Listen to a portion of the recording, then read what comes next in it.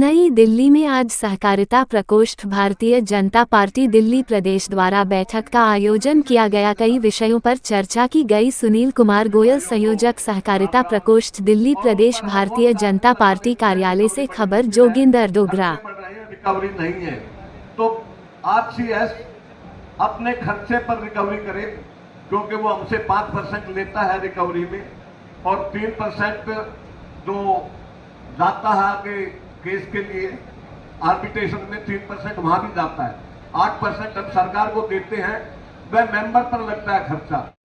जाकर के high court तक सोसाइटी को भिड़ना पड़ा, तो जो गवर्नमेंट फंड है यानी डीटीसी का अपना फंड है, उसमें से डिडक्शन करके सोसाइटी को दे दी। अब सोसाइटी उस फंड का क्या करे, ना तो उसके लेजर में शो कर सकती, क्योंकि वो उसका फंड नहीं नीचे लिख दिया, ये इसका व्यक्ति का विशेष का फंड नहीं है, ये डीटीसी का अपना फंड है, ये जो हम आपको दे रहे हैं। और ना ही क्या कर सकते, तो लिहाजा हमने वो कुछ महीने बाद रिफंड कर दिया आरसीएस को दोबारा। तो सबसे बड़ी जो दिक्कत आ रही है वो डीडीओ डिडक्ट नहीं करता, ये भी आप सबको आ रही होगी, इसे भी डिडक्शन करते नहीं। और भी डिपार्टमेंट में दिल्ली जल बोर्ड है, ये और भी आसानी से आप जब भेजेंगे डिफॉल्टर के लिए सैलरी डिडक्शन का ऑर्डर, डिडक्शन नहीं करते। महोदय, सुनील जी, मित्रों, सहकारिता का क्षेत्र पूंजीवाद और वामवाद के विपरीत भारतीय परंपरा का निर्वाह करने वाला सहकारिता प्रकोष्ठ है। हम सबको ये जानकारी होनी चाहिए कि ये राज्य का कानून बनाने का अधिकार है। सहकारिता मंत्री है। हमारी समस्याएं हैं, मैं एक एक इंगित करता हूँ कि जितने भी कोऑपरेटिव ग्रुप हाउसिंग सोसाइटी हो, टीसी सोसाइटी हो, इनके मेंबरशिप की लिस्ट कंप्यूटर पे दाखिल होनी चाहिए। रजिस्ट्रार ने ये घोषणा कर रखी है कि हम सोसाइटी के मेंबरों की लिस्ट देंगे, क्योंकि एक एक मेंबर 3-3, 4-4 टीसी सोसाइटियों का मेंबर बन जाता है। डीटीसी की जो कर्मचारी पैसे लेते हैं, उनके से 5% वो भी काटते हैं अगर उनकी किस्त बन जाए।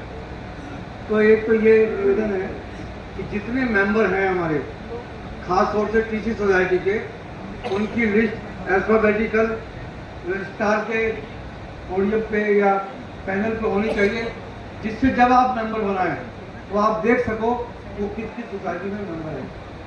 दूसरी बात, ग्रुप हाउसिंग सोसाइटी की समस्याएं आपने रखी।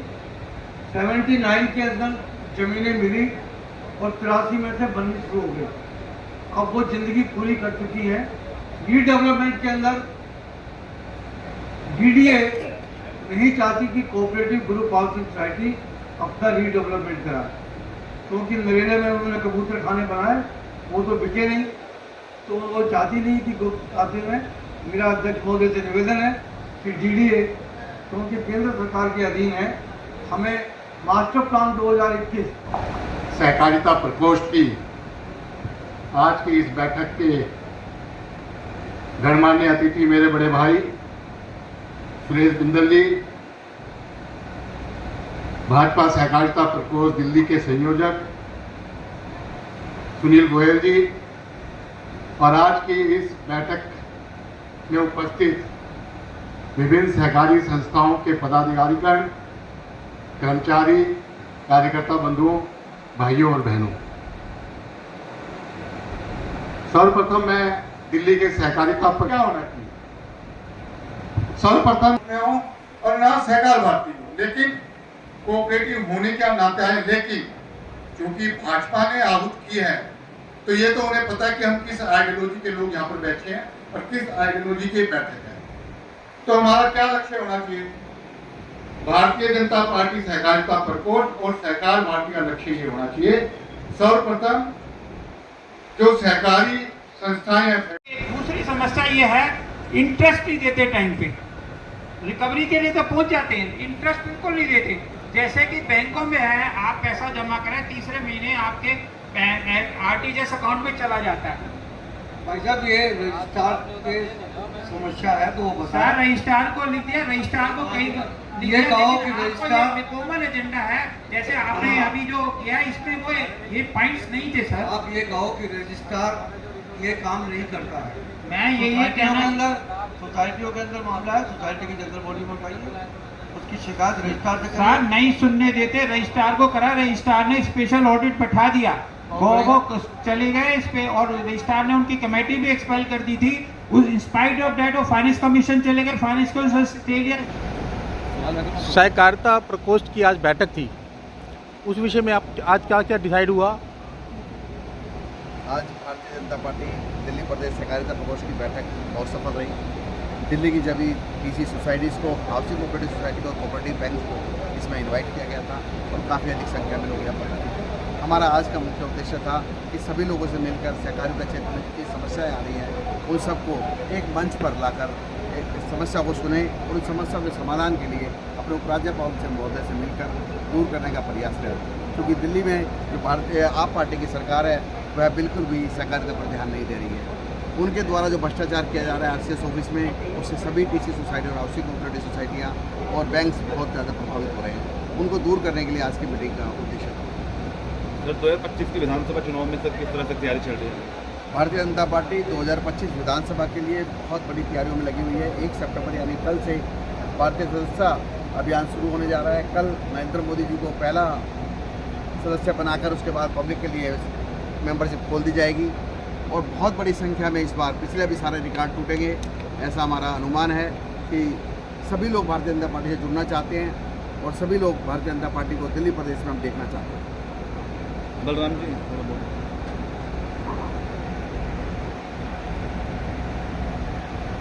नहीं कोई बात।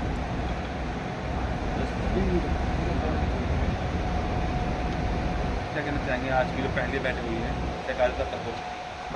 अभी तो शुरुआत है, श्री बिना संभाला है तो सहकारिता प्रकोष्ठ को काफ़ी ऊंचाइयों पर ले जाएंगे और जो जनता की समस्याएं हैं उनको बहुत जल्द निवारण करेंगे और उसके चाहे हमें एमपी साहब से मिलना पड़े या कहीं भी जाना पड़े, चाहे हमें दिल्ली सरकार के खिलाफ धरने प्रदर्शन करने पड़े तो उसके लिए करेंगे।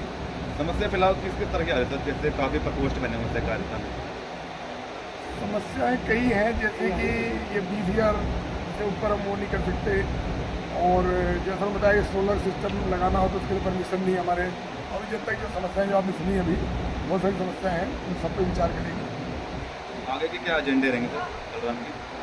सहकारिता प्रकोष्ठ ठंडा पड़ा हुआ था, उसमें लिए आए हैं तो आज आप देख ही रहे हैं कैसे जोर शोर से प्रदेश कार्यालय में बैठक रखी है।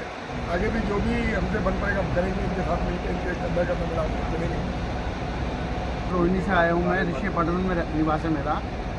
अब जैसे हमारी ग्रुप हाउसिंग सोसाइटी है, अब ग्रुप हाउसिंग सोसाइटी है तो डीडीए की, लेकिन इसके अंदर ना तो काउंसिलर का पैसा फंड लगता, ना एमएलए का फंड लग सकता है, ना एमपी का फंड लग सकता है।